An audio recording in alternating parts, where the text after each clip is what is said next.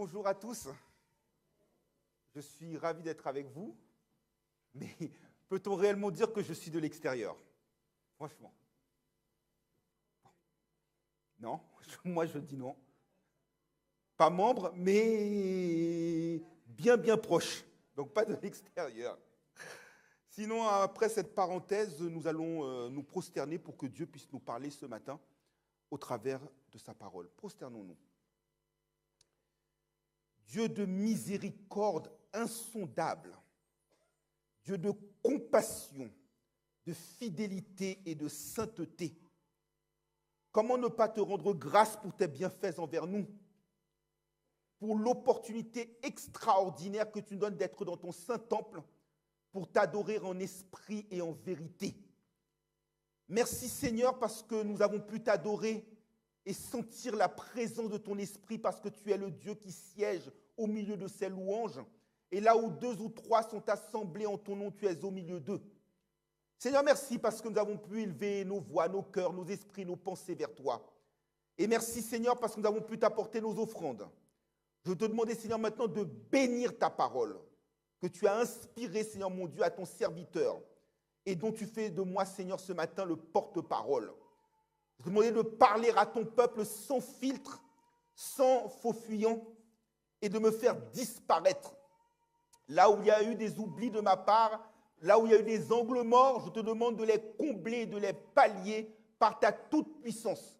Et permets que chaque personne qui va écouter ton message, quel que soit le vecteur de communication, qu'elle soit en présentiel ou à distance, soit bénie, Seigneur mon Dieu, bénie au nom de Jésus. Amen. Que la miséricorde, la connaissance, la grâce et la paix vous soient multipliées par notre Dieu et notre Seigneur Jésus-Christ. Que la miséricorde, la connaissance, la grâce et la paix vous soient multipliées par notre Dieu et notre Seigneur Jésus-Christ. La dernière fois que j'avais eu l'occasion de prêcher dans notre assemblée, j'avais prêché sur le fait qu'en tant qu'ambassadeur, nous sommes appelés à courir pour Christ. Et c'est vrai que la course est passionnante. Mais arrivé à un certain âge, nous n'avons plus nos jambes de 20 ans.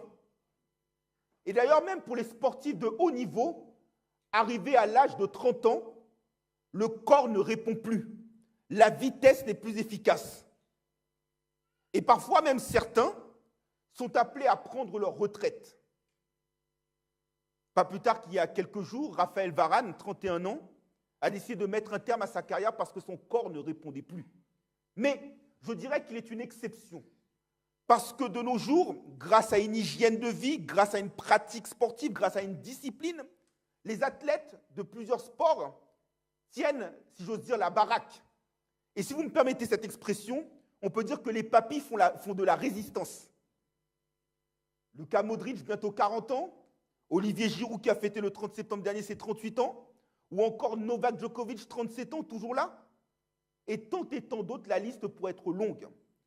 Donc, 30 ans n'est pas un âge fatidique. Et je dirais même que 30 ans, ça pourrait être une étape pour être en mesure d'avoir une discipline encore plus affirmée, une hygiène de vie encore plus élaborée. Parce que la longévité n'a qu'un secret, c'est la discipline. Mais parfois, lorsque l'on fait une course, je peux vous dire que c'est les derniers mètres qui sont les plus difficiles à franchir. Lorsque vous faites une séance de sport, c'est les 3 dernières minutes qui sont les plus difficiles. C'est lorsque la ligne d'arrivée est la plus proche que c'est le plus dur. Et là, ce n'est pas le corps en tant que tel qui fait la différence. Ce ne sont pas les muscles qui permettent de franchir le palier, mais c'est la tête. Et comment la tête permet d'arriver et de franchir la ligne d'arrivée? C'est simple. C'est un objectif. Nous ne devons pas regarder à la souffrance. D'ailleurs, l'apôtre Paul nous dit très clairement en Romains 8, verset 18, que les souffrances du temps présent ne sauraient être comparées à la gloire à venir. Mais nous devons regarder la gloire à venir, la couronne de gloire, la couronne incorruptible de gloire. Et en ayant les yeux fixés sur cette couronne, nous avons intégré dans notre esprit la manière d'y parvenir. Et en l'occurrence, pour y parvenir, il y a 2 impératifs qui sont d'une part la paix avec tous et d'autre part la sanctification, sans laquelle nul ne verra le Seigneur. Et c'est ce que nous allons relire à la gloire de Dieu dans l'Épître aux Hébreux, chapitre 12, verset 14, lecture pour laquelle je vous demanderai de bien vouloir vous mettre debout et que nous allons faire ensemble à la gloire de Dieu.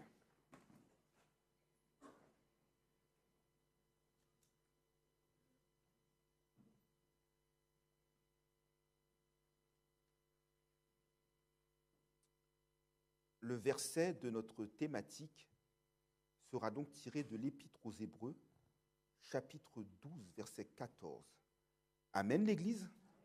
Ensemble à la gloire de Dieu, recherchez la paix avec tous et la sanctification sans laquelle personne ne verra le Seigneur. Encore une fois, l'Église à la gloire de Dieu. Recherchez la paix avec tous et la sanctification sans laquelle personne ne verra le Seigneur. Jusqu'ici, la parole de Dieu. Que le Seigneur donne bénir cette portion d'écriture pour l'éducation commune de nos âmes. Je vous remercie. Vous pouvez vous asseoir. Comme d'habitude, pour explorer et nous rassasier de la parole de Dieu, nous allons établir une mécanique en 3 temps. Tout d'abord le contexte, ensuite nous allons voir la manière de rechercher la paix, et enfin nous allons voir la sanctification et la condition sine qua non pour voir le Seigneur. Le texte de ce mois est tiré de l'Épître aux Hébreux. L'Épître aux Hébreux est qualifié comme étant l'un des épîtres généraux, à savoir qu'il n'est pas destiné à une église en particulier, comme c'était le cas par exemple de l'apôtre Paul, qui adressait des épîtres tantôt à des églises Éphèse, Corinthe, Rome, Colosse, Philippe, ou à des compagnons en particulier, Timothée, Tite ou encore Philémon. Là, il s'agit d'un épître à caractère général. Et cet épître est d'autant plus général que son auteur est inconnu. Les uns estiment que c'est Apollos qui en est l'auteur. Apollos, d'ailleurs, en Acte 18, verset 26, qui est décrit comme étant ayant une maman juive et comme voyageant beaucoup, mais ce n'est pas dit de manière certaine. D'autres l'attribuent à Paul, mais ce n'est pas le style littéraire de Paul. Quoi qu'il advienne, nous dirons qu'à quelque chose, malheur est bon. Le fait que l'auteur soit inconnu est une bonne chose. Parce que, de nos jours, ceux qui ont reçu la grâce, le don spirituel d'enseigner, de prêcher la parole de Dieu, volent la vedette, en quelque sorte, au Seigneur. Or, c'est le Seigneur seul qui a le droit de recevoir la gloire. Et trop souvent, non seulement il vole la vedette au Seigneur, mais parfois nous avons aussi des brebis, quelque peu, si j'ose dire, égarées, qui sont en admiration, en extase, en idolâtrie devant l'enseignant, suspendus même, je dirais, aux lèvres de l'enseignant. Tout ce que l'enseignant dit est exact, sans vérification. Or, il nous faudrait plutôt avoir l'esprit des chrétiens de Bérée, en Acte 17, verset 11, qui systématiquement allaient vérifier si tout ce que Paul disait était exact. Ne soyons pas des brebis crédules. Et comme je le disais récemment dans une autre prédication, dans une autre assemblée, le chrétien ne peut pas être naïf. La naïveté et la chrétienté sont deux choses diamétralement opposées parce que le chrétien est appelé à être renouvelé dans son intelligence et donc à ne pas être crédule. Et là, l'auteur est inconnu et je dirais gloire à Dieu. Comme d'ailleurs Malachie, qui a rédigé, si je veux dire, le dernier livre de l'Ancien Testament, en se présentant de manière simple et lapidaire. Malachie, messager de l'Éternel. C'est tout ce qu'on a besoin de savoir. On n'a pas besoin de savoir ce que la personne avait fait, simplement messager de l'Éternel. Concentrons-nous, si j'ose dire, sur le contenu et non pas sur l'emballage. Et là, l'auteur de l'Épître aux Hébreux va adresser un message d'encouragement. Et Paul lui-même dira que tant que Christ est glorifié, comme il le dit en Philippiens 1, verset 18, c'est l'essentiel. Et donc l'auteur de l'Épître aux Hébreux va encourager les Hébreux qui ont épousé, embrassé la foi chrétienne, à leur dire que leur foi est la bonne, qu'ils ont choisi la bonne part, qu'ils ont fait le bon choix et que leur choix est légitime. Et il va les encourager à ne pas revenir en arrière, mais il va également les avertir de la destruction à venir de Jérusalem. Et au travers de l'Épître aux Hébreux, nous allons avoir 2 parties. Une partie qui, si j'ose dire, est doctrinale, de Hébreux 1er, verset 1er, à Hébreux 10, verset 18. Et une partie pratique, Hébreux 10, verset 19, jusqu'à Hébreux 13, verset 20. Et d'ailleurs, comme toute église qui veut vivre, comme notre assemblée, 30 ans, elle doit avoir une colonne vertébrale qui est la doctrine. Mais nous ne pouvons pas nous contenter d'être des chrétiens de la théorie. L'apôtre Jacques nous dit lui-même que nous ne pouvons pas nous contenter, en Jacques 1er, verset 21, d'écouter la parole et d'être des auditeurs oublieux. Nous pouvons être croyants, mais non pratiquants. Nous devons être croyants par la foi en Jésus-Christ, mais également pratiquants de la parole. Et l'auteur des Épîtres aux Hébreux va adresser un certain nombre d'encouragements. Il va d'ailleurs, pour éviter de glisser dans l'apostasie, lancer aussi des exhortations. Parce que la prédication aussi impose une exhortation, une correction, c'est-à-dire le fait de redresser quelqu'un avec douceur. Et notamment, en Hébreux 2, versets 1er à 4, il leur dit « Nous devons d'autant plus nous attacher aux paroles que nous avons entendues, de peur que nous soyons emportés loin d'elles, car comment pourrions-nous échapper après avoir négligé un si grand salut ?» Et en Hébreux 6, verset 4, il dit également que lorsque nous avons été éclairés par la parole, goûté à la puissance de Dieu, et que nous retournons là où nous étions auparavant, donc être dans l'apostasie, notre condition est pire que la précédente. Il aurait mieux valu que nous n'ayons jamais cru. C'est un encouragement à rester ferme dans la foi, inébranlable, encouragé. Et à partir de la dimension pratique, l'auteur des Hébreux va nous appeler, notamment dans cet esprit de paix, à ne pas abandonner notre assemblée. Hébreux 10, verset 24. À encourager à la foi, l'hymne à la foi qui est Hébreux chapitre 11. La foi est une affirmation des choses qu'on espère, une démonstration de celles qu'on ne voit pas. Sans la foi, il est impossible de plaire à Dieu. Il faut que ceux qui s'approchent de Dieu, croient que Dieu existe et qu'il est le rémunérateur de ceux qui le cherchent. Un encouragement. Et en Hébreux chapitre 12, nous sommes quelque peu surpris parce que nous voyons que nous devons garder les yeux fixés sur Jésus. Mais à partir de Hébreux 12, verset 5 jusqu'au verset 11, c'est nous expliquer les châtiments que Dieu nous impose. Comment un Dieu si aimant peut châtier? L'auteur nous explique, et c'est pour ça qu'il est très important que nous comprenions la volonté de Dieu. Car son châtiment, dans un premier rapport, peut nous apparaître comme étant douloureux. Mais ensuite, l'auteur nous dit, en Hébreux 12, verset 10, que ce châtiment produit la sainteté. C'est exactement comme un enfant. Il peut faire des bêtises, avoir des écarts, mais ce n'est pas parce que vous allez le taper que ça veut dire que vous ne l'aimez pas. Au contraire, la correction que vous allez lui apporter va permettre que cet enfant puisse être droit et être un citoyen responsable dans la société, respectueux notamment des autorités établies, et qu'il soit demain un bon témoignage pour le Seigneur. Eh bien, il en est de même. Nous avons des écarts, nous avons des manquements, nous avons des défaillances, car tous sont péchés et sont privés de la gloire de Dieu. Et Dieu va nous châtier, va nous corriger, mais pour produire la sainteté. Car la correction que Dieu donne, c'est pour nous améliorer. La correction que Dieu donne, c'est pour nous perfectionner. Et il faut toujours que le chrétien considère qu'il est perfectible et qu'il est susceptible d'amélioration. Le chrétien ne peut pas se contenter d'être dans ses acquis. Et l'apôtre Paul lui-même disait en Philippiens 3, verset 13, qu'il n'a point atteint la perfection, malgré son ancienneté dans l'Évangile. Il en est de même pour nous.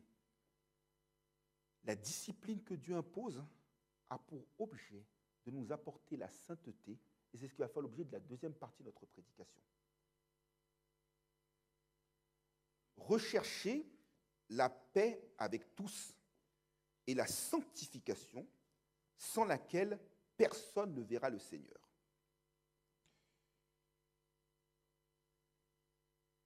Jésus nous avait dit en Matthieu 22, versets 37 à 40, quels étaient les deux plus grands commandements.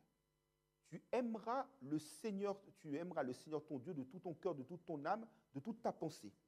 Et tu aimeras ton prochain comme toi-même. En l'occurrence, rechercher la paix avec tous d'une part et la sanctification d'autre part, les deux sont un miroir de ce verset. Pourquoi? Parce que lorsque je recherche la paix avec tous, c'est que j'ai l'amour pour mon prochain. Quand je recherche la sanctification, c'est parce que j'aime mon Seigneur. Autrement dit, en recherchant la paix et la sanctification, Je recherche les plus grands commandements que Dieu me donne. Et en cela même, je fais sa volonté. Et il faut savoir que la paix, en tant que telle, c'est l'œuvre et le don de Jésus-Christ. Lorsque vous recherchez quelque chose, il faut que vous sachiez ce que vous recherchez. Sinon, votre recherche est vaine, votre recherche est inutile, votre recherche n'a aucune raison d'être. Jésus est le fabricant de la paix. Et je vais vous montrer tout au long de son parcours comment la paix a toujours été son vecteur. Nous approchons de Noël. Bientôt, les promotions commerciales vont tomber dans nos boîtes aux lettres. Mais nous ne sommes pas dans une perspective commerciale, mais spirituelle. Quand Jésus est né, qu'est-il dit en Ésaïe 9, verset 5 ? Un enfant est né, un fils nous est donné, et la domination reposera sur son épaule. On l'appellera admirable, conseiller, Dieu puissant, Père éternel, prince de la paix. Il commence par la paix. Il va poursuivre son parcours en disant notamment qu'il est le bon berger. Le bon berger, d'ailleurs, qui, toute chose égale par ailleurs, est aussi celui du psaume 23. Le bon berger est conduit où ? Près des eaux paisibles. Jésus va partir. Avant de partir dans le discours d'adieu, en Jean 14, verset 27, il va dire « Je vous donne la paix, je vous donne ma paix, je ne vous donne pas la paix comme le monde la donne, que votre cœur ne se trouble et ne s'alarme point. » En Jean 16, verset 33, il dit « Je vous ai dit ces choses pour que vous ayez la paix en moi. Vous aurez des tribulations, mais prenez courage car j'ai vaincu le monde. » Il va à la croix. Ésaïe 53, verset 5 nous dit que le châtiment qui donne la paix est tombé sur lui et c'est par ses meurtrissures que nous sommes guéris. Colossiens 1, verset 20, puisque nous allons partager dans quelques instants la Sainte Seine, nous dit que nous avons la paix avec Dieu par le sang de sa croix. Là encore, le vecteur en continu, c'est la paix. Il sort du tombeau, la première chose qu'il dit en Jean 20, verset 19, la paix soit avec vous. Il s'en va, il part, il a les clés du royaume. En quoi consiste son royaume? Romains 14, 17. Le royaume de Dieu, ce n'est pas simplement le manger et le boire, c'est la justice, la paix et la joie par le Saint-Esprit. C'est-à-dire que tout ce que Jésus fait, c'est la paix, la paix, la paix, la paix et encore la paix. Donc, si nous nous disons chrétiens, si nous revendiquons notre identité de chrétien, le fil conducteur de notre vie doit être la paix. Et lorsqu'on nous parle de rechercher, c'est une démarche active. Parfois, deux personnes peuvent être en conflit et l'un arrive et dit à l'autre « Moi, je ne bougerai pas. Tant qu'il ne vient pas, je ne ferai pas un pas. » Non, là, tu ne recherches pas la paix, tu attends la paix. Là, ce que la parole nous dit, rechercher. C'est-à-dire qu'il y a une démarche active et persévérante. Et je vais vous donner plusieurs exemples concrets. Imaginons, et ça nous arrive à tous, que nous perdions nos clés ou même notre téléphone portable. Tu vas chercher à retrouver ta clé, tu vas chercher à retrouver ton téléphone, quoi qu'il advienne, en priorité. Et tant que tu n'auras pas retrouvé ta clé, tant que tu n'auras pas retrouvé ton téléphone portable, tu n'arrêteras pas ta recherche. Deuxième exemple.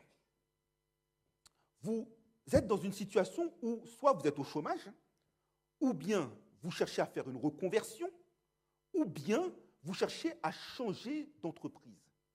Vous allez donc faire une recherche d'emploi. Vous allez essayer de distribuer vos CV à droite, à gauche, chercher les pistons et droite à gauche. Tant que vous n'aurez pas trouvé ce nouvel emploi, correspondant à vos aspirations, correspondant à vos aptitudes, correspondant à vos souhaits, correspondant à vos ambitions, vous n'arrêterez pas de rechercher. Il en est de même pour un juge qui doit enquêter sur un crime. Le juge a un puzzle devant lui. Tant qu'il n'a pas trouvé la vérité complète, il n'arrêtera pas sa recherche. Et bien de la même manière, rechercher la paix, c'est la rechercher en étant dans une situation où on est dans la persévérance, dans l'activité, dans la détermination. Et comment s'opère la paix? La paix a 3 dimensions. D'abord, il convient de noter que la paix est le 3e trait de caractère du fruit de l'esprit selon Galates 5, verset 22, après l'amour et la joie. Autrement dit, la paix, nous l'avons lorsque nous avons la foi, lorsque notre vie est conduite par l'Esprit de Dieu, lorsque nous appartenons à Dieu par la foi en Christ, lorsque nous avons fait mourir nos membres. Et la paix, c'est un état de confort et de bien-être qui est basé sur la relation confiante que nous avons avec notre Dieu par Jésus-Christ notre Seigneur. Et donc, la paix est indépendante des circonstances. Je peux être accablé de problèmes, je peux être accablé de dettes, je peux être touché par la maladie, mais je peux dire, je suis tranquille, car tu es là, qui est dirigé par l'Esprit. Et la paix a 3 dimensions. Il y a, pour avoir la paix en tant que telle, il faut d'abord avoir la paix avec Dieu. Comment s'acquiert la paix avec Dieu? Par la foi en Jésus-Christ. Romains 5, verset 1er, étant donc justifiés par la foi, nous avons la paix avec Dieu par Jésus-Christ notre Seigneur. Quelle est cette conséquence? Guérison dont je parlais tout à l'heure, mais aussi l'absence de discrimination. Éphésiens 2, verset 14 nous dit qu'il est notre paix. Donc nous avons accès à Dieu dans un même esprit que les Juifs ou les non-Juifs. Il n'y a pas de classification supérieure. Ensuite, la paix de Dieu. Comment ne pas citer ce verset phare, Philippiens 4, verset 6, qui nous dit « Ne vous inquiétez de rien, mais en toute chose, faites connaître à Dieu vos besoins par des prières, des supplications avec des actions de grâce, et la paix de Dieu qui surpasse toute intelligence gardera vos cœurs et vos pensées en Jésus-Christ. » Paul est en prison. Il ne sait pas ce qu'il va advenir de lui-même, il ne sait pas ce qu'il va advenir de son ministère, mais il est en paix. Parfois, vous et moi, nous nous faisons un sang d'encre pour des choses qui n'en valent pas la peine. Nous nous énervons pour un rien. Nous nous exclamons pour un rien. Nous explosons pour un rien. Si Christ habite en nous, tel ne devrait pas être notre état d'esprit. Et attention, pas de contresens. Il ne s'agit pas d'être désinvolte ou irresponsable. C'est-à-dire que j'ai une situation de fait, vu que mon Dieu est au contrôle et qu'il est le maître des temps et des circonstances, je sais que si j'ai un problème d'un côté, j'ai un grand Dieu de l'autre qui est la solution. Maladie, dette, peu importe, inflation, pas inflation, je suis tranquille car tu es là. Et pour bien vous démontrer que c'est lorsque notre vie est conduite par l'Esprit que nous vivons la paix, c'est que dans les Saintes Écritures, il nous est donné l'ordre « ne crains point » à 365 reprises. C'est-à-dire que tous les jours de l'année, je n'ai pas à avoir de crainte. Donc si je suis réellement conduit par l'Esprit, habité par l'Esprit, que Christ est mon roi et que Dieu est mon maître, je dois vivre dans la paix. Et je ne dois pas être dans l'inquiétude. Et ayant la paix, je dois maintenant être un distributeur. Je m'explique. Jésus est le fabricant de la paix. Maintenant, il me transfère la paix qui est un transfert de propriété. Je dois être un distributeur, comme dans le circuit économique. Apple va fabriquer les iPhones. Ils vont ensuite, par un contrat commercial, en transférer la propriété aux magasins de la grande distribution, Boulanger, Darty, Fnac, etc. Maintenant, Darty, Fnac ou Boulanger, leur rôle n'est pas de conserver le téléphone pour eux-mêmes, mais de le mettre à la disposition du grand public pour que celui-ci l'achète. Lorsque vous avez la paix en vous-même, il ne s'agit pas de la conserver de manière égoïste et d'importuner, d'embêter, si j'ose dire, les autres. Mais au contraire, lorsque vous avez la paix, vous devez la distribuer autour de vous-même. Le parfum que nous devons dégager doit être un parfum de paix. Tu ne peux pas être un chrétien et électriser autour de toi. Il dit, recherchez la paix avec tous. Et je dirais, charité bien ordonnée commence par soi-même. Quand vous avez un témoignage, le témoignage commence d'abord à la maison. Tu dois rechercher la paix d'abord dans la famille de l'Église, dans les frères, dans la foi. Trop souvent, nous sommes là, nous chantons ensemble, nous adorons ensemble, nous prions ensemble, mais nous sommes dos à dos les uns avec les autres. Nous sortons de l'Église, nous ne nous saluons pas, nous nous évitons les uns les autres. La paix avec tous. La paix avec tous. Paul avait une église qui chérissait par-dessus toutes les églises, si j'ose dire, qui est l'église de Philippe, où la mention de péché, d'indiscipline est inexistante. Mais qu'a-t-il dit à Évodie et Syntyche en Philippiens 4, verset 2? Il leur a dit d'avoir un même sentiment. Et d'ailleurs, il avait dit auparavant en Philippiens 2, verset 2, « Faites ma joie en ayant un même sentiment, une même âme, un même amour, une même pensée. » La paix doit être recherchée dans l'Église, avec les frères. Et Matthieu 5, verset 24 nous le dit. Même quand tu donnes ton offrande, avant de donner ton offrande, va d'abord te réconcilier avec ton frère.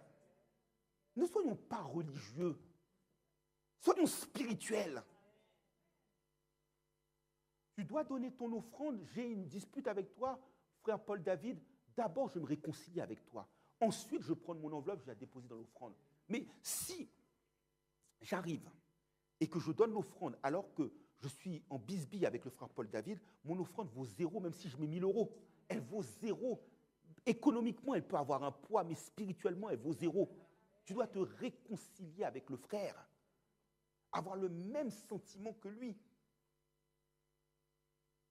Les frères du dedans. Deuxièmement, avec les frères du dehors. Ce sont nos frères. L'apôtre Pierre nous le disait, ce sont nos frères. Mais de quel droit puis-je me permettre de le maudire? Qui suis-je? La paix avec tous. Je ne peux pas me permettre de le maudire alors qu'il est créé comme moi à l'image de Dieu. Je dois le bénir. Tu es un blasphémateur quand tu fais ça. Le frère qui n'est pas encore à Christ, Christ l'aime autant que toi. C'est juste une question de chronologie. Toi, tu es arrivé avant, mais on va tous dans la même direction. Je ne peux pas le maudire. Un même sentiment, une même foi, une même pensée. C'est d'avoir, en quelque sorte, on nous dit bien, l'apôtre Paul va même plus loin pour te montrer que c'est une démarche proactive que tu dois faire.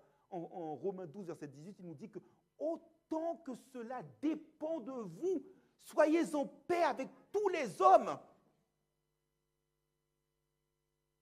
Tu peux être sur la route, tu prends le volant, un autre conducteur te fait une queue de poisson. C'est désagréable, je ne veux pas mentir, c'est très désagréable. Mais ça ne me donne pas le droit de l'insulter. Je dois être en paix avec lui. On a un accident, on fait un constat dans la paix. Dans la paix. Dans la paix. Recherchez la paix avec tous. Et pour vous démontrer comment, quand je vous disais tout à l'heure que le fait de rechercher la paix, c'est d'avoir l'amour pour le prochain, que fait l'amour? En 1 Corinthiens 13, versets 4 à 7, l'amour pardonne tout, il espère tout, il croit tout, il supporte tout. Quand tu recherches la paix devient le fruit de l'amour, devient l'enfant de l'amour. Parce que j'ai l'amour en moi pour mon frère, je pardonne tout, j'espère tout, je crois tout, je supporte tout, forcément, on va être en harmonie. Même Colossiens nous dit la même chose. Lorsqu'il nous dit « Revêtez-vous » en Colossiens 3, versets 12 à 14, d'entrailles, de compassion, bonté, humilité, douceur, patience. Et si l'un a sujet de se plaindre au sujet de l'autre, pardonnez-vous réciproquement comme Christ a pardonné et revêtez-vous par-dessus de l'amour qui est le lien de la perfection. Lorsque j'ai l'amour, je peux avoir de la compassion, je peux avoir de la bonté, l'humilité, la douceur. Quand il y a de la douceur entre nous, il y a forcément de la paix. Souvent, quand les gens sont en conflit, c'est l'absence de dialogue. Mais quand il y a du dialogue, quand il y a de la douceur, quand il y a de la compassion, c'est-à-dire que je comprends ton problème, forcément, on va être en paix. Même si on peut avoir une pluralité de vues, mais on va être en paix entre nous-mêmes. C'est ce que Dieu attend de nous. Rechercher la paix avec tous. Et lorsque nous avons l'amour, l'amour couvre une multitude de péchés. Et quand il couvre une multitude de péchés, il permet que la charpente puisse tenir en paix. Donc quand je recherche la paix avec tous, je recherche d'abord à aimer mon prochain comme moi-même, ou même plus loin, comme disait Jean 13, verset 33 à 35, j'aime comme Christ a aimé. Et quand Christ aime et il donne la paix, le Seigneur de la paix, de toute manière. C'est ce que Dieu attend de vous comme de moi.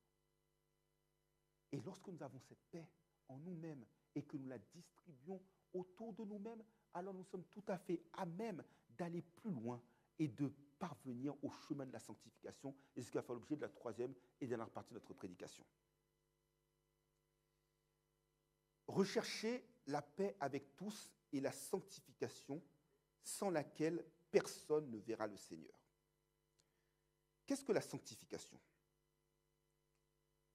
La sanctification, c'est le fait de se séparer du péché, de s'unir à Dieu, de se séparer du péché, de se mettre à part, d'être proche de Dieu et de s'unir à Dieu par la communion.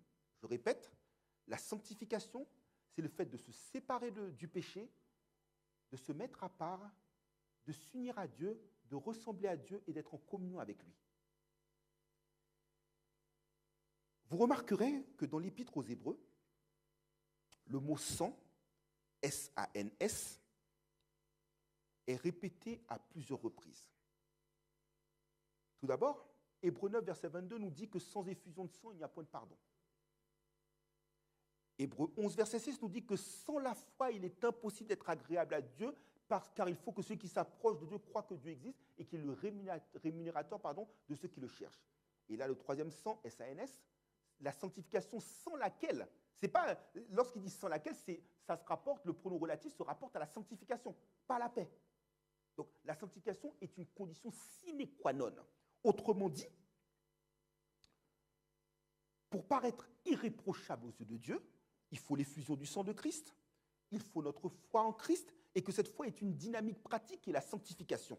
Parce que souvent, on peut commettre l'erreur de dire que parce que l'auteur de l'Épître aux Hébreux nous dit que nous devons rechercher la paix avec tous et la sanctification, que nous avons une démarche à faire. Oui, il y a une démarche proactive, mais en réalité, comme on le dit, nous sommes sauvés par grâce et ce n'est point par les œuvres, nous dit Éphésiens 2, verset 8. C'est parce que je vais faire une œuvre de paix, pas parce que je vais faire une œuvre de sanctification que je vais être sauvé, mais c'est au contraire parce que j'ai la foi en Christ, que Christ met du carburant dans ma vie, que maintenant je peux rouler pour aller vers la paix et rouler pour aller vers la sanctification. Donc pas de contresens, ce ne sont pas la foi que nous avons est productive et la productivité qu'elle a en nous, c'est la sanctification. Et je dirais que l'idée de rechercher la sanctification aussi, de se mettre à part, c'est aussi, en quelque sorte, vouloir ressembler à son Père, avoir l'ADN du Père, être capable de dire tel Père, tel Fils. Dieu lui-même est saint. En Apocalypse 4, verset 8, les 4 êtres vivants nous disent « Saint, Saint, Saint, es-tu Dieu, celui qui était, qui est et qui vient ?» Lorsque nous prions, pour te démontrer que l'ADN de Dieu, Dieu a de nombreux attributs. Il est omniprésent, il est omnipotent, il est omniscient, mais il n'est pas 3 fois omniprésent, pas 3 fois omnipotent, pas 3 fois omniscient, par contre il est 3 fois saint. Pour nous montrer que l'attribut premier de Dieu, c'est la sainteté. Et même lorsque nous prions et que nous reprenons la prière modèle, Jésus nous dit, notre Père qui es aux cieux, que ton nom soit sanctifié. Son nom doit être sanctifié. Dieu est tellement saint, Hébreux 1, verset 8 nous dit qu'il ne peut pas voir l'iniquité devant lui. Dieu est tellement saint que même lorsque nous faisons l'objet de tentation, comme il est dit en Jacques chapitre 1er, que personne ne vienne dire que lorsqu'il est attiré par le mal, tenté par le mal, que Dieu le tente, car il est impossible que Dieu soit attiré par le mal. Mais qu'au contraire, c'est notre convoitise qui nous pousse à la tentation. Je vais vous dire quelque chose. Dieu peut nous éprouver, mais Dieu ne peut pas nous tenter. Autrement dit, Dieu peut te faire passer par une épreuve pour consolider ta foi, mais Dieu ne peut pas te tenter pour te faire chuter. Dieu est tellement saint que même dans sa parole, Hébreux 6, 18 nous dit qu'il est impossible que Dieu mente. Donc lorsque tu appartiens à Dieu, tu ne peux pas être malsain et être à côté d'un Dieu saint. Lui-même, en Lévitique 11, verset 44, et en 1 Pierre, en 1 Pierre, 1 Pierre, 1 Pierre 1, verset 15 à 16, pardon, Pierre reprend Lévitique en disant que vous serez saints, selon écrit que vous serez saints car je suis saint. Tu dois répéter l'ADN du Père. Tu dois être semblable au Père. Tu dois être à son image, un imitateur. Et comment la sanctification se produit-elle? La sanctification a 3 dimensions. La première dimension, c'est une dimension positionnelle. Paul disait en Philippiens 3, verset 9, qu'il cherche à être trouvé en Christ. À partir du moment où tu es converti, je ne parle pas d'une conversion de façade, pour faire voir au peuple que je me suis converti. Je parle d'une conversion intérieure, régénérée, une nouvelle créature, que tu es en Christ. Eh bien là, tu es sanctifié positionnellement. Hébreux 10, verset 10, et nous allons partager la Sainte Seine dans quelques minutes, nous dit clairement que par son offrande, nous sommes sanctifiés. Et l'apôtre Paul, en 1 Corinthiens 1, verset 30, nous dit qu'en lui, nous sommes sagesse, rédemption, justice et sanctification. Autrement dit, à partir du moment où tu es en Christ, tu es sanctifié. Mais c'est une sanctification positionnelle. Et Martin Luther disait de fort belle manière que ma sanctification à moi, elle est au ciel. Dès que tu es en unité avec Christ, tu es sanctifié. Mais attention, c'est une sanctification qui est positionnelle. Et si nous n'y prenons pas garde, on peut très vite retomber de notre piédestal. Comme je disais la semaine dernière dans une autre assemblée, c'est comme lorsque tu prends une route, une pente. Je ne sais pas si vous vous souvenez de ceux qui regardent. Dans le Juste Prix, il y avait le jeu qui s'appelait le tyrolien. Lorsque vous montez la pente, c'est compliqué. Mais pour dégringoler, c'est très facile. C'est comme quand tu es à vélo ou en voiture. Pour monter une route de montagne, la voiture va ramer, le vélo, c'est compliqué. Mais descendre la montagne, tu n'as même pas besoin de pédaler, hop, ça descend tout seul. Il en est de même dans notre vie spirituelle. Nous pouvons être positionnellement sanctifiés. Mais ce qui compte, j'ai envie de dire, de ce que nous dit l'auteur de l'Épître aux Hébreux, c'est la sanctification pratique. Une pratique quotidienne. Une pratique continue. Tout d'abord, la sanctification exige, comme quand quelqu'un veut s'immuniser, il doit prendre des médicaments. Le médicament que le chrétien doit prendre pour être sanctifié, c'est la parole. C'est la parole. Le psalmiste David disait dans le psaume 119, verset 9, « Comment un jeune homme rendra-t-il son sentier pur en gardant les yeux fixés sur la parole ?» Avant de partir, Jésus a dit à ses disciples, en Jean 15, verset 3, « Vous êtes purs de par la parole que je vous ai annoncée. » Et enfin, en Jean 17, verset 17, il leur dit, en priant au Père, il dit « Sanctifie-les par ta parole, : ta parole est la vérité. » Autrement dit, et grâce soit rendue à Dieu, ici, à l'Assemblée évangélique des frères, c'est une église, vous savez, qui m'est chère, on prend le temps pour la parole. Et donc, la sanctification peut être un muscle qui peut grandir et se développer. Mais lorsque l'on prend la parole et qu'on la jette, si vous me permettez cette expression, par pertes et profits, où on a le temps de tout faire, annonce, blablabla, intervenant, et puis il n'y a que 10 minutes pour prêcher, tu remarqueras, de ma toute petite expérience de prédicateur, que c'est dans ces églises-là que règne la plus grande indiscipline, la plus grande impudicité. Tandis que là où la parole est proclamée, annoncée, prêchée à haut débit et qu'on a le temps de prêcher, dans ces églises-là, tu verras que respire le parfum de la sainteté. Et c'est ce qui a été fait pendant les 30 dernières années. Et pour les 30 prochaines années jusqu'à la vie éternelle, cette église doit garder cette ligne de conduite où la parole est au cœur. Parce que ce qui tient une église, c'est d'une part la prière et d'autre part la prédication. Si nous voulons être sanctifiés, si nous voulons avoir la sanctification, c'est la parole, toujours la parole, rien que la parole. Je me souviens que l'apôtre Pierre disait d'ailleurs au Seigneur Jésus en Jean 6, verset 63, que tes paroles sont, tes paroles sont esprit et vie. Lorsque la parole habite dans toute sa richesse dans ta vie, eh bien, c'est l'esprit qui conduit. Et que fait l'esprit? Galates 5, verset 16 nous dit très clairement que marchez selon l'esprit et vous n'accomplirez pas les désirs de la chair. Si c'est l'esprit, si c'est la parole qui habite en toi et que tu es conduit par l'esprit, tu n'accompliras pas les désirs de la chair, tu seras donc séparé du péché et tu seras sanctifié. Pratique aussi au niveau de la bouche. Lorsque nous recherchons la sanctification, vous comme moi, veillons à nos paroles.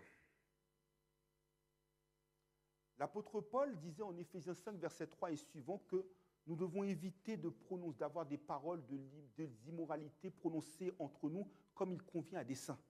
Et je dis d'autant plus librement pour vous comme pour moi que Matthieu 12, verset 37 nous dit très clairement qu'au jour du jugement, il nous faudra rendre compte de chaque parole vaine que nous aurons prononcée. La sanctification, elle commence dans le cœur, mais c'est de l'abondance du cœur que la bouche parle. Donc nos paroles, veillons sur nos paroles, toujours veillons sur nos paroles. Pratique aussi au niveau du corps. Souvent, on dit, à contresens, que Dieu ne regarde pas au corps, mais il regarde au cœur, prenant par là même le prétexte de la déformation de ce que l'Éternel avait dit à Samuel concernant David. Mais en réalité, c'est faux. Nous devons glorifier Dieu dans nos corps. Pourquoi, frère Paul David? Parce que nos corps sont un temple. Quand Dieu doit être glorifié, auparavant, il était glorifié dans des temples de main d'homme. Mais aujourd'hui, c'est mon corps, c'est ton corps, sont nos corps qui sont le temple. Et 1 Corinthiens 6, verset 18 nous dit que ne savez-vous pas que votre corps est le temple du Saint-Esprit qui est en vous, que vous n'appartenez point à vous-même? Glorifiez Dieu dans vos corps. On fait souvent n'importe quoi avec nos corps. Et on chante à l'église, mon corps, mon cœur, mon âme ne m'appartiennent plus. La sanctification que Dieu demande, c'est la sanctification corporelle. Et lorsqu'il dit sans laquelle nul ne verra le Seigneur, c'est-à-dire que lorsque le païen te voit, lorsqu'il me voit, lorsqu'il nous voit, il doit voir Christ en nous, il doit voir le Seigneur. Mais si vous comme moi, dans notre attitude corporelle, nous sommes comme le païen, mais qu'il n'y a aucune différence entre l'un et l'autre, on ne peut pas voir le Seigneur. Sanctification aussi pratique par des lieux. J'avais prêché sur ce cas-là en septembre 2022, ici même, sur la sobriété. N'oubliez jamais qu'en tant que saints et bien-aimés, nous sommes du jour. Nous ne sommes pas de la nuit. Il est des endroits où vous comme moi, nous ne devrions pas être. Que faisons-nous là? Que faisons-nous là? Est-ce que le nom du Seigneur est glorifié par notre présence? Ceux qui s'enivrent, souvenez-vous, s'enivrent la nuit. Ceux qui font les débauches la nuit. La nuit, c'est là où se passe ce qu'il y a de pire. En bobinage, tout ce qui est alcool à flot, drogue à flot, prostitution, même parfois les gens prennent la route alcoolisés avec des accidents corporels graves conduisant jusqu'à la mort. Mais que fais-tu là? Celui qui est sanctifié, qui recherche la sanctification, il y a des endroits où tu ne dois pas être. Et l'apôtre Pierre nous le dit très clairement en 1 Pierre 2, verset 11. « Bien-aimés, en tant que voyageurs et étrangers sur la terre, je vous exhorte de vous abstenir des convoitises charnelles qui font la guerre à l'âme. » Paul ne dit pas autre chose dans l'épître à Tite, chapitre 2, verset 11 à 14, il dit que nous devons vivre en toute sagesse, en toute piété dans le siècle présent. En réalité, avec cette thématique, Dieu nous pose une question en ce 30e anniversaire. Nous avons des signes avant-coureurs de sa venue, bruit de guerre, tremblement de terre, des pestes de toute nature. La question est de savoir, c'est que vous comme moi, est-ce que nous voulons rencontrer Dieu ou le Seigneur comme Père, ou est-ce que nous voulons le rencontrer comme juge? Veillons à ne pas être dans le cas du peuple du temps d'Amos, où l'Éternel les avait avertis, ils n'ont rien fait. À un moment, il leur a dit, écoutez, Amos 4, verset 12, prépare-toi à la rencontre de ton Dieu. Comment allons-nous le rencontrer? Allons-nous le rencontrer en tant que père ou en tant que juge? C'est la question centrale de ce 30e anniversaire. Et il y a toujours des bénéfices. Matthieu 7, verset 7 nous dit, « Cherchez et vous trouverez, frappez et l'on vous ouvrira, demandez et l'on vous donnera. Lorsque vous recherchez la paix avec tous et la sanctification, quelles conséquences? » Déjà, lorsque vous recherchez la paix et que vous la distribuez, Matthieu 5, verset 9 nous dit « Heureux ceux qui procurent », vous voyez l'idée d'être un distributeur, hein, procure la paix, car ils sont appelés fils de Dieu. Et quand tu es fils, tu es héritier. Et contrairement à la femme naturelle, si j'ose dire, l'enfant d'Agar, qui est à un moment le fils de l'esclave qui est amené à partir, le fils spirituel, lui est amené à rester. Et il est à la fois héritier de Dieu et co-héritier de Christ. Ensuite, lorsque tu recherches la paix, le psaume 34 est clair là-dessus.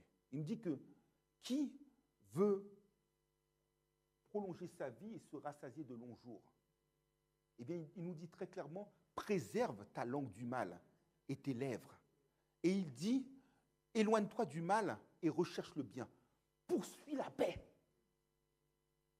Lorsque tu recherches la paix, Jacques 3, verset 17 nous dit que nous produisons comme fruit la justice. Et lorsque nous recherchons la sanctification, nous voyons le Seigneur. Comment nous le voyons? Nous ne le voyons pas dans un corps. Nous le voyons spirituellement, au sens qu'il nous prépare une place. Et il nous donne d'ores et déjà un avertissement. En Ésaïe 35, verset 8, il nous dit qu'il existe un chemin frayé qu'on appellera voie sainte. Nul impur n'y passera.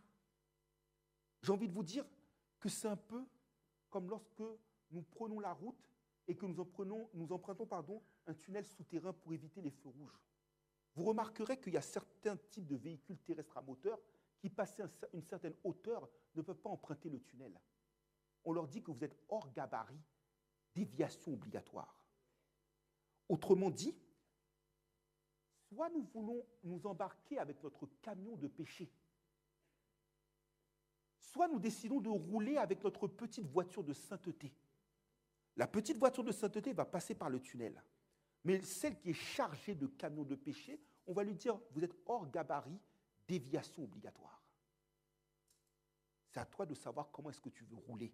Est-ce que tu veux rouler sur la voie sainte, emprunter la voie sainte, ou au contraire emprunter l'autoroute, le chemin spacieux? C'est la question que Dieu te pose. Voir le Seigneur,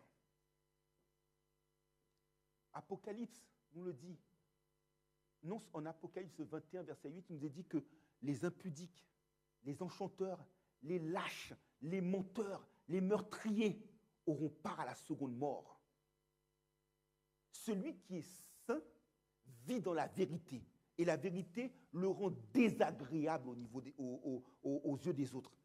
Et il est important, je dirais, dans nos jours, à l'image du prédicateur de la justice, Noé, que nous apprenions à devenir des prédicateurs dérangeants.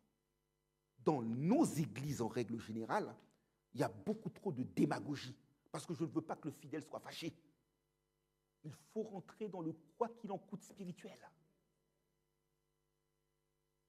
Trop de démagogie, trop de lâcheté. Eh bien, ceux qui veulent plaire aux hommes sont des lâches, ils n'hériteront pas du royaume des cieux. C'est-à-dire qu'au contraire, lorsque nous voyons le Seigneur, l'Apocalypse nous décrit, nous dit, il n'y aura pas de lune pour présider à la nuit, ni de soleil pour présider au jour, c'est la gloire de Dieu qui va nous éclairer. Et pour vous montrer que la question de la sanctification est une question qui est continue, c'est qu'en Apocalypse 22, verset 11, il nous est dit que celui qui se sanctifie encore davantage. Donc c'est-à-dire que c'est tous les jours. De la manière que vous remplissez votre frigo, vous remplissez votre réservoir, vous approvisionnez votre compte en banque, apprenons à approvisionner notre vie spirituelle en sanctification. Et lorsque nous faisons ça, nous parvenons à la sanctification parfaite, la sanctification finale, qui nous permet que nous puissions voir le Père et que non seulement, comme il dit en 1 Corinthiens 13, verset 12, nous connaîtrons comme nous étions connus, mais que aussi, nous serons, 1 Jean 3, verset 2 nous dit que nous serons semblables à lui et que quiconque a cette expérience se purifie lui-même. Il est donc important pour nous de garder nos cœurs purs afin de pouvoir voir le Seigneur, comme nous disait Béatrice en Matthieu 5, verset 8. Ainsi donc, mes frères et sœurs en Christ, pour terminer, ce matin, Dieu nous lance un impératif. Il ne nous donne pas une option, mais une obligation. Pour le voir, en tant que père et non que juge, il pose des conditions sine qua non. Être des artisans de paix, recevoir la paix, distribuer la paix, la conserver et rechercher inlassablement la sanctification. Ainsi, lui étant pleinement agréable, là où il est, nous serons aussi. Mon vœu pour l'Assemblée évangélique des frères, au moment où commence le festival ou la fête, si j'ose dire, du 30e anniversaire, c'est celui que l'apôtre Paul avait exprimé aux chrétiens de l'église de Thessalonique en concluant son premier épître en 1 Thessaloniciens 5, verset 23. Que le Dieu de paix vous sanctifie lui-même, l'être tout entier, l'esprit, l'âme et le corps soient conservés irréprochables lors de l'avènement de notre Seigneur Jésus-Christ. Amen.